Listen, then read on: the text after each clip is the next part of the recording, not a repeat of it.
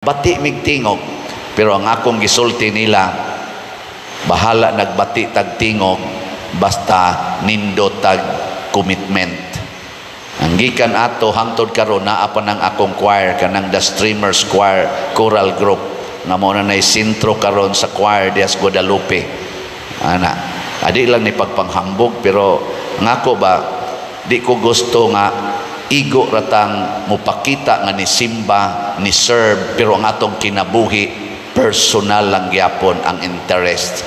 Kaming mga pare, ang amo ra yung personal interest among sundon na musangko ragid mi sa kolekta, anha ragid mi kutob sa kolekta, sige ragid ming ihap anang kolekta, siging pangilad sa mga tao usahay para lang makakolekta.